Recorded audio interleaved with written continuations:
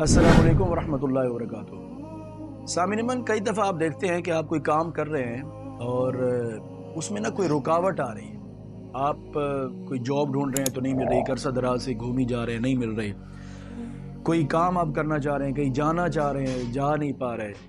مختلف ہوتا ہے، بندے کے کاموں میں رکاوٹیں آ جاتی ہیں۔ پھر آپ ظاہر ہے لوگوں کو، دوستوں کو بتاتے ہیں۔ اب آپ کو آگے سے دو طرح کے لوگ ملتے ہیں۔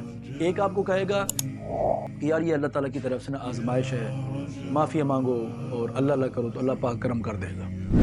جب اس کی بات وہ سن لیتا ہے بس چپ کر کے۔ ایک بندہ اس کو ملتا ہے، وہ اس کو کہتا ہے یار تیرے اوپر جادو ہو گیا۔ اب ہمارا ایمان ایسا ہے کہ جو ہمیں یہ کہہ رہا ہے کہ نہیں یار یہ اللہ کی آزمائش ہوگی، کرتے رہو اللہ تعالیٰ کرم کر دے گا، ہم اس کی بات کے اوپر جیسے ہمیں یقین ہی کو نہیں آتا۔ اور جو یہ کہہ دینا کہ نہیں تم پہ جادو ہو گیا، وہ جادو ہمیں فوراً سے یقین آ جاتا ہے۔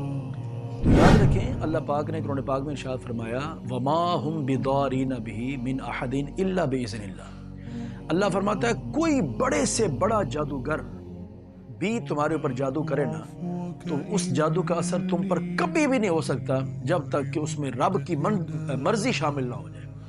تو سامعین من، اس بات کو ہمیشہ دھیان میں رکھا کریں کہ جو بھی رکاوٹیں آ رہی ہوتی ہیں وہ کسی جادو کی وجہ سے، کسی جن کی وجہ سے یا کسی اس طرح کے عملیات کی وجہ سے نہیں آ رہی ہوتی، یہ اللہ تعالیٰ کی طرف سے آزمائشیں ہوتی ہیں۔ کتنا حضور علیہ السلام کے اوپر تھوڑی آزمائش آئی کہ 13 سال مکے میں گزارے اور جو مقصد تھا وہ حاصل نہیں کر پائے۔